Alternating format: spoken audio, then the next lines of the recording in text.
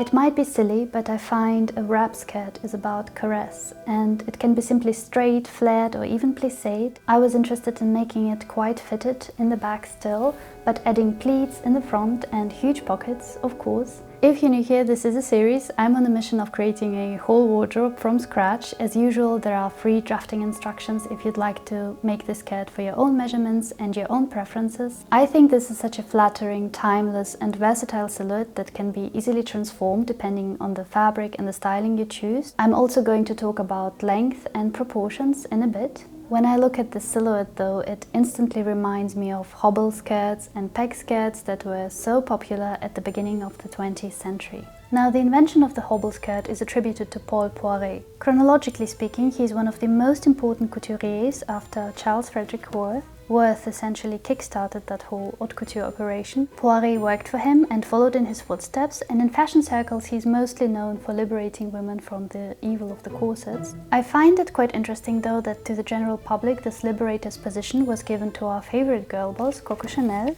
probably because roughly 1 year before certain documents about her involvement with the Nazis were declassified, coincidentally, not 1, not 2, but 3 movies were released to really make sure that she's remembered as this woman who absolutely hated foundational undergarments. Poiret's narrative is also full of swagger. In his own words, he declared war on the corsets. However, his very first designs were still pretty much corseted. Now, in reality, the remnants of the fashionable silhouette of the Victorian era already started to shrink and relax. Women were starting to dress for a more active lifestyle. The skirts no longer need layers and layers of petticoats or crinolines and such things. In response, the corset starts to shift down, mostly being concerned with containing the hips that were formerly augmented by big skirts. This is a huge step in fashion already. Now imagine though, when Paul Poiret launched his fashion book in 1906, what a completely different image and idea of a woman he portrays. How exciting and fresh it must have looked. We have seen a similar progression though, when this theatrical silhouette of fantasy and excess starts to turn into a wide, very frilly and a bit more relaxed look, and ends up in a very sleek, stylized, drapey silhouette where the actual body is the focus. These are the same Greek antiquity fanboy ideas of the Directoire period. The pleated Delphus gown by Fortuny being a very notable, iconic example here as well. Anyway, the suggested corset-free silhouette was revolutionary and generally well received. The corset obviously did not disappear overnight, and I find what happens here with the skirts is even more fascinating. Now, this is also a time of heightened appropriation of various Eastern countries. The Ballet Russe, a ballet ensemble under Diaghilev, debuts in 1909 and was a huge influence on Parisian society with its obviously fetishized exoticism. Poiret famously made the costumes for Scheherazade and also became known as forerunner in dramatic and exotic fashion design. These sort of loose-fitted, almost show-like coats that were also adopted by various other designers, their influence is obvious. He named it the kimono coat. And what happens here with the silhouette, it is obviously wrapped and it slims down almost to a tip, thus making the perceived width at the ankles really narrow. And this also translates into skirts, quite often with the same wrapped overlapping or idea of an overlapping in the front. So the Hobble skirt in English, jupe entravée or jupe étroite in French, came to its name because the restricted movement resulted in a hobbled stride. Like all fashions, it was ridiculed, and this film actually predates the popularity of Poiret's design. So in my opinion, this idea of restriction and the ridicule that followed was mostly, at least in the beginning, a reaction to the slimming down of the skirts in general. Although it was mostly overshadowed by the ridicule of the huge hats that became larger than ever since the 1780s. In fashion photography before Poiret, the models were positioned with this sort of swoosh that creates this narrow pedestal at the base. But Poiret's Hobble skirt has a different silhouette. As you can see here, the restriction happens mainly at the ankles. And I looked through so much footage to find the infamous Hobble walk. Apparently, to avoid ripping the delicate fabric of the skirts, it opened up a market for these ankle garters. I have to say it looks uncomfortable with these things as usual. Similar as it is today, one has to consider that these extremes were mostly worn by fashionistas, women of leisure, and obviously taking tiny steps is an apparent demonstration of leisure. Many of these skirts were designed to look very slim at the hem in a relaxed position, but still had pleats and slits and openings to make movement somewhat easier. Apparently there were deadly accidents, which is always tragic. As usual, though, with women's fashion there was a lot of, well, the usual suspects were very much concerned.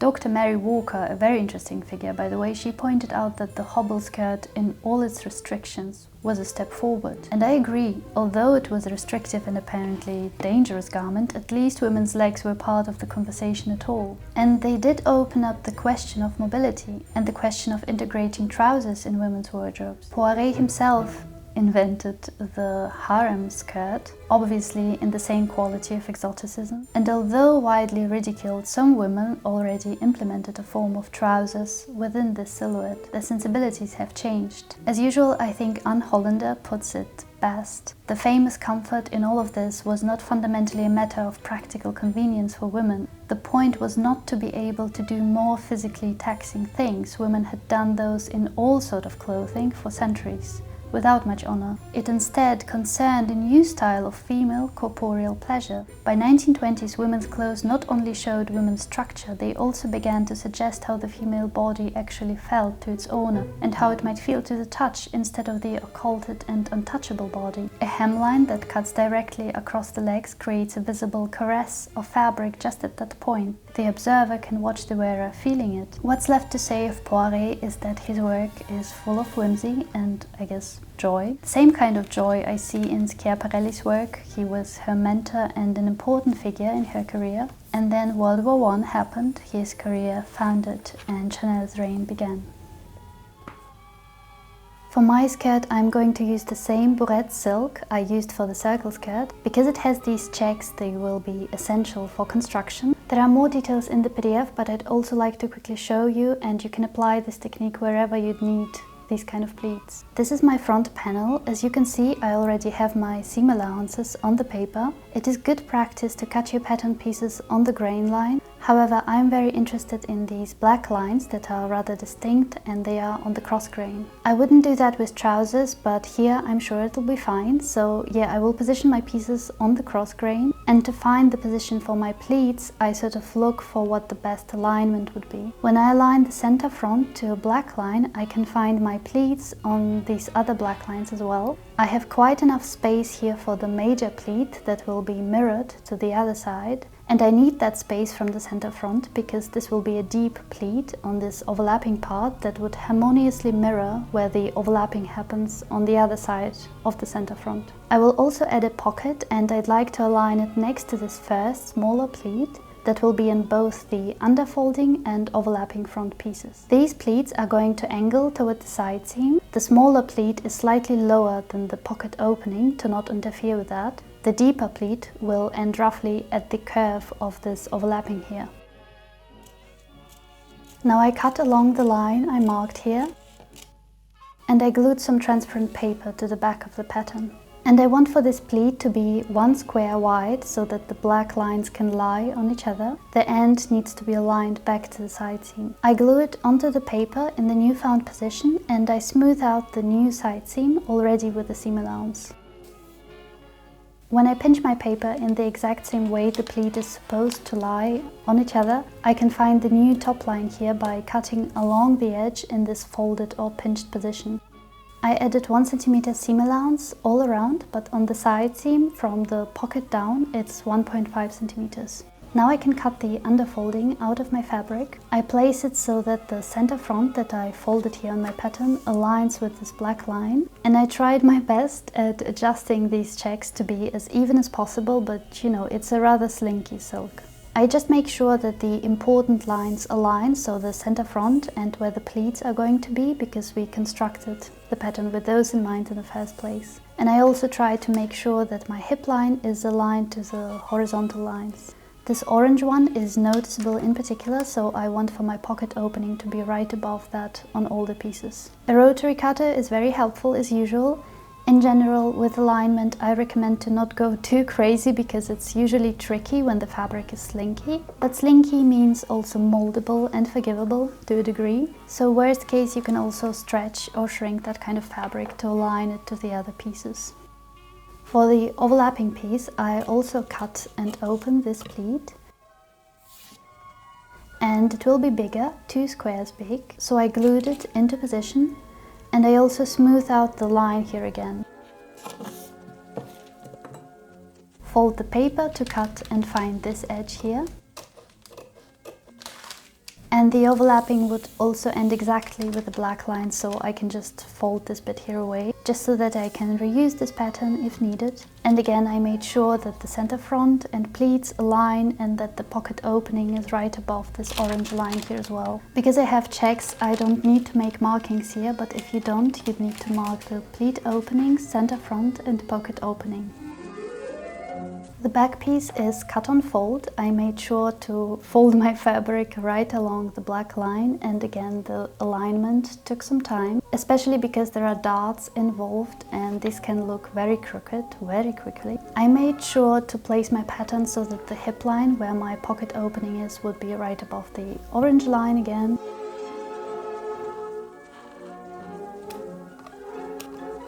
I marked the ends of the darts by piercing a needle through the paper, then through the other side as well, so that they are perfectly mirrored. But I also double checked that all of that is really symmetrical and even on both sides. Working with distinct lines and checks is a blessing and a curse. Just so that my videos don't get super repetitive, in a previous video I already talked in detail about darts. What I didn't talk about though, making a dart flare out into a noticeable line like this, really not that pretty. So of course, for me to be able to sleep, I had to open it up and change the length and position of the darts a bit, which was okay because these are quite narrow darts anyway. With pockets, definitely a bit easier if you don't have to worry about pattern alignment constantly, but doable. I'll guide you through all of the steps. This is the pouch. It is cut on fold. However, the side that will be connected to the front piece is angled and cut away up to the pocket marking. There's 1 cm seam allowance all around, except for where it will be connected to the side seam, to the back piece. And we're also going to need an insert here. The insert, I cut it and aligned it with my black lines here, and also so that the pocket marking is right above the orange line. The bottom I folded under and overstitched here. And to secure it onto the pouch, I marked next to it. Because I work with 1 cm seam allowances here as well, I mark a line next to it. Double the seam allowance, so 2 cm, and I place my insert right next to it. And I stitch it down with 1 cm seam allowance. Then I press it to the other side and make sure that the pocket marking on the pouch and insert align, and secure it with a wide stitch here as well, so that it doesn't annoy me. This is my back piece, right side is facing me. I make sure that the pocket marking aligns and pin them right sides together and stitch right up to the pocket marking, but with 1.5 cm seam allowance.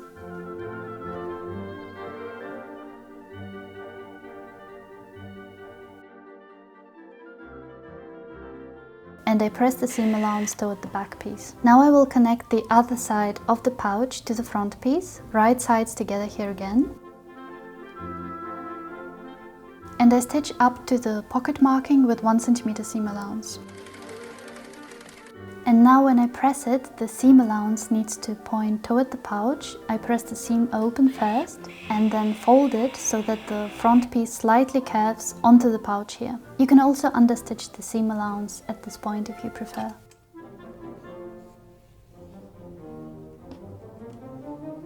Now I can secure the side seam. For that I pinch the pouch and the seam allowances of the pouch out of the way, and because I'm so worried about pattern alignment, I basted my side seam first, making sure all those lines would flow into each other. Now theoretically, geometrically, because we angled the front piece quite a bit, the lines of the checks shouldn't be able to align perfectly.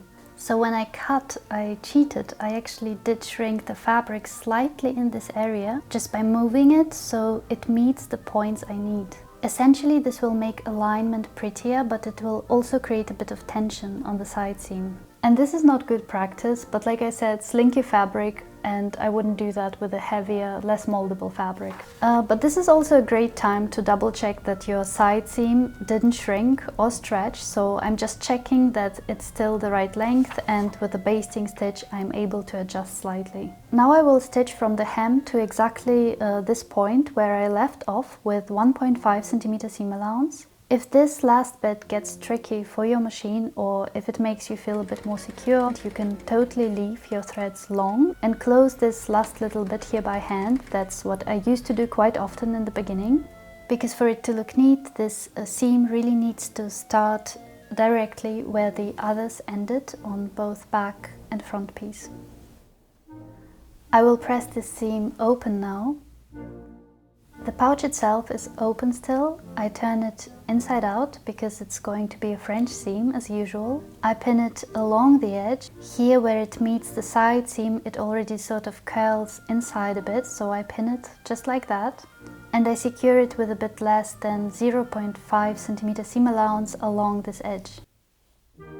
I can turn it over again and press against the seam with my fingers. So now for the French seam, I can secure it again right along this edge up to where we left off with a bit more than 0.5 centimeter seam allowance. And here as well, if this intersection gets a bit tricky, you can close it by hand. But the stitch needs to end right where we left off on both sides. To finish the edge of the seam, I used bias tape, essentially strips cut on bias that I first stitch onto the seam allowance. And then this strip can be folded over the edge and secured again. I also don't know why I made them so wide, it kind of just happened. You can of course also use an overlock machine or a zigzag stitch here, or finish your edges however you like it best. I also secured this edge with a pig stitch. Last thing to do is to add a narrow zigzag stitch to this stress point here. These are the finished pockets. The bottom is free to move. They will be quite sturdy and able to hold a lot of stuff because they will also be connected to the waistband here as well. And for that I need to close my pleats. So I just fold them over each other, markings together, so black lines together, and baste them onto my pouch. On this side the adjustment also took a while, as you can imagine. I love how this pleat creates this exaggerated line, almost like a hip bone exaggeration. And on the other side how the pleats cascade here. So essentially this extra volume here makes it a peg skirt, meaning a skirt that has a draping or pleats that create a broader shape around the hips and narrows down again. I think it's such a flattering silhouette on any figure. It's also just very comfortable to wear because there's this room here. But in terms of proportions, I really don't like when these type of skirts are too short, kind of like the ones Alba Elbas made for Lanvin in the 2000s. I find it demands some length for counterbalance to not look like a balloon. To add more drama, I have slimmed down my skirt quite a bit. It won't, however, restrict the movement since the skirt is completely open at the front, so I hope I didn't scare you with all the talk about hobbling. In fact, because of this opening, some movement will be a bit risque. I really like for skirts, for any skirts that slim down like that, to end just above the widest part of the calf, maybe about 2 centimeters above that, to emphasize that curve here. And I also find in movement, when the fabric breaks down in this area in the back, I think it's so hypnotizing and pretty. Now I have kind of forgotten to cut out the facings for the edges. You can use your paper pattern for that. I just place my skirt onto a bit of fabric, again alignment. I cut along this edge and then I mark about 6 centimeters next to it. I think this is a decent width for a facing. I have also cut out flieseline that I glue onto it so that it is able to hold a bit more structure. And now I place it onto the right side of the edge of my skirt and secure it along the edge with 1 centimeter seam allowance. I have basted it together first as best as I could so that the checks align like that. And I can now understitch it, so I make sure that my seam allowances are on the side of the facing and I constantly check as I go along. I place the seam so that it is at the center of my machine's foot. and I sort of pull the seam open as I go, making sure that the seam is really at the center. To finish the edge of the facing, I fold it to the wrong side so that the fold is right at the edge of my machine's foot and the edge of the fold is at the center of my machine's foot, and I just keep folding as I go along.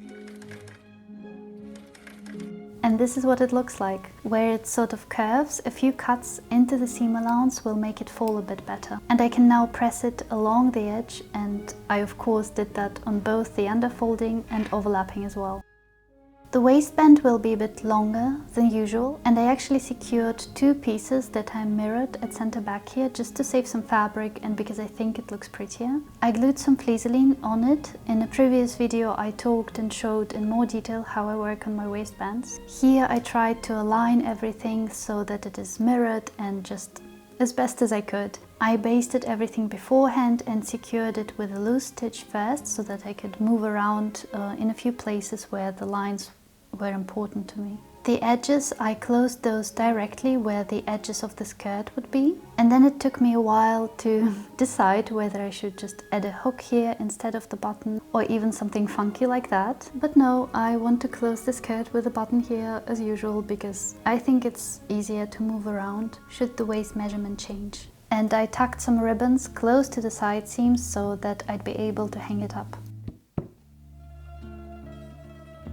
Since the last skirt, I feel like I'm in my ribs ribbon era now, so I cut this band roughly to the width I need. I pressed it into a slight curve here because I want for the front panels to be a bit pointy. Also, don't forget to pre-wash it as well, and if you're using a contrasting one, you might want to consider washing it with a small piece of your actual fabric just to make sure it doesn't transfer color onto it. And I stitch it onto the right side up until the edge of the facings here. I even wasn't too lazy to change the thread to match the color. Now I will add a letter corner, a mitted corner here, connecting the facing to the ribbon essentially. More details on that in the previous video. And now the last little cozy thing to do is to add a slip stitch all along the edges.